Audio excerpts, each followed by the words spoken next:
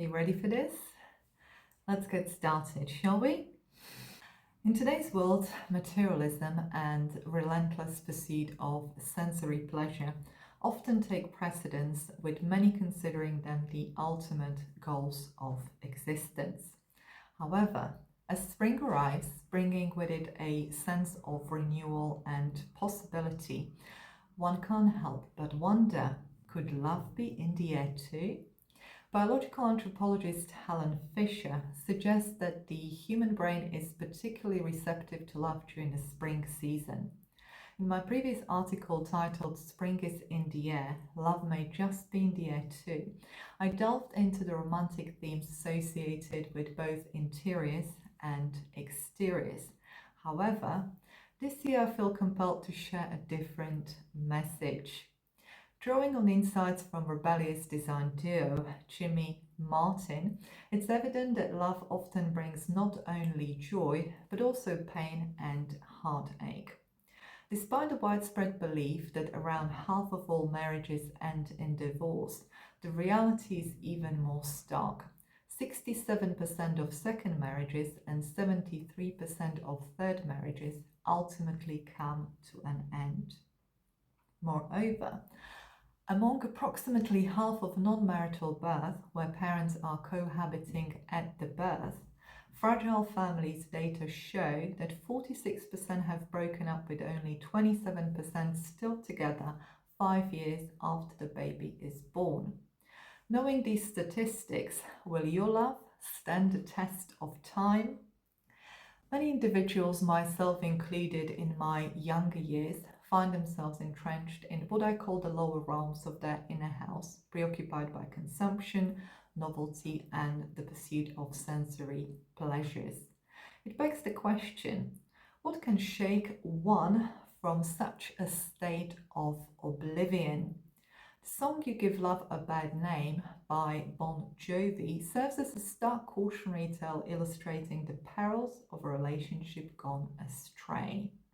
Its narrator, deceived by their partner's false facade, becomes entangled in a love that ultimately proves incompatible. Enduring profound suffering, as depicted in the song's lyrics, serves as a harsh wake-up call. While I'll spare you the intricate details, rest assured my own awakening was equally dramatic. So found myself entangled in the family court proceedings for more years than I spent in the relationship itself. To begin my Easter celebration, I had the privilege of attending a seminar led by Tulku Lobsang Rinpoche, a revered figure in the realm of spirituality as a high-level Rinpoche or incarnate Lama. During the seminar, Rinpoche offered profound insights into the nature of human suffering. He highlighted how many of us are caught in a cycle of comparison, perpetually chasing after the next shiny object or person, and fruitlessly attempting to change others while expressing discontent with our own lives. Fortunately, there is a way to transcend this reality permanently, but that's a topic for another discussion altogether. Spring is often associated with love, and romantic love is frequently linked with sex. However, many individuals use sex as a coping mechanism or recreational activity, whether in committed or casual settings, often not fully aware of the consequences. This can result in emotional and physical betrayals, highlighting mate value discrepancies. But is all this just a cover for a bigger issue? According to Edwin Flatto, sex may pose a risk to your physical health too, as it's not an essential function. Skeptical? As I await the onset of heat in my oriental cats, I'd like to share insights gained from breeding my pedigree cat for the very first time last year regarding animal mating behaviors. Cats, like numerous other animals, only allow mating when females are in heat, which typically occurs every 6 months or more frequently in captivity. This pattern is consistent across the animal kingdom, although mating frequencies vary. For instance, lions mate only once every 2 years. Human beings, unlike other animals, have the freedom to engage in sexual activity at will. Yet they also exhibit seasonal sexual patterns with peaks in June and December, coinciding with higher rates of conception, condom purchases, and STD diagnoses. However, have you ever considered that reproduction at its core signifies a journey towards death? For instance, Pacific salmon, trout, and various other fish species often perish shortly after spawning. Similarly, the male drone bee typically dies after copulation. Even more striking is the sexual behavior of the praying mantis. In his book, Love and Will, Rollo May describes a phenomenon where the female mantis consumes the male's head during copulation and his death throes enhance their mating experience. After insemination, the female often consumes the male to store energy for nurturing offspring. In confined environments, animals frequently engage in heightened sexual activity or masturbation due to physical or mental inactivity, worsened by diets that strayed from their natural food sources, leading to issues like obesity or lethargy. However, it's rare to encounter these animals in the wild. In their natural habitat shaped by thousands of years of evolution, animals are typically trim or even skinny. Yet when placed in artificial enclosures, they quickly gain weight if not monitored closely. Similarly, humans exhibit comparable patterns when subjected to unnatural conditions. This raises the question, could the artificial nature of simulated environments be unsuitable for both humans and animals? In his book titled The Human Zoo, Desmond Morris explores how urban environments shape human behavior, likening city dwellers to confined animals. He argues that crowded urban settings compromise our need for personal space, leading to increased aggression and unhealthy habits, as highlighted in chapters like The Stimulus Struggle and The Childlike Adult. The widespread belief that sex inherently benefits health, perpetuated by modern society, actually contributes to shortened lifespans, particularly among men. Anecdotal evidence from walks through graveyards often reveal a trend where women tend to outlive men. For those who prefer more concrete evidence, numerous studies support this observation. Moreover, recreational sex frequently results in emotional distress for both genders and children raised in single-parent households. Not only that, men who engage in recreational sex often face a variety of consequences. These may include decreased sperm quality, resulting in issues such as low energy levels and testosterone.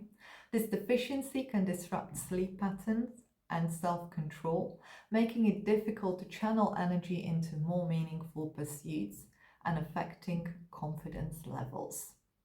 Additionally, their immune systems may suffer as sperm contains essential minerals and vitamins that act as antioxidants to combat free radicals. Gluttony, classified as one of 7 deadly sins, extends beyond excessive eating and drinking to encompass an insatiable appetite for bodily pleasures, including sex. This indulgence leads to a constant pursuit of gratification where desires are never fully satisfied. While stimulants may intensify these desires, they often diminish one's ability to find fulfillment. In contemporary society, the focus often shifts from procreation to recreation, with self-indulgence and overindulgence, including excessive sexual activity, being glorified rather than condemned. Whatever addiction grips you, whether it's love or any other obsession, it's essential not to let the chains of love get a hold on you. Remember, when passion turns into a prison, breaking free can seem impossible. So don't give love a bad name.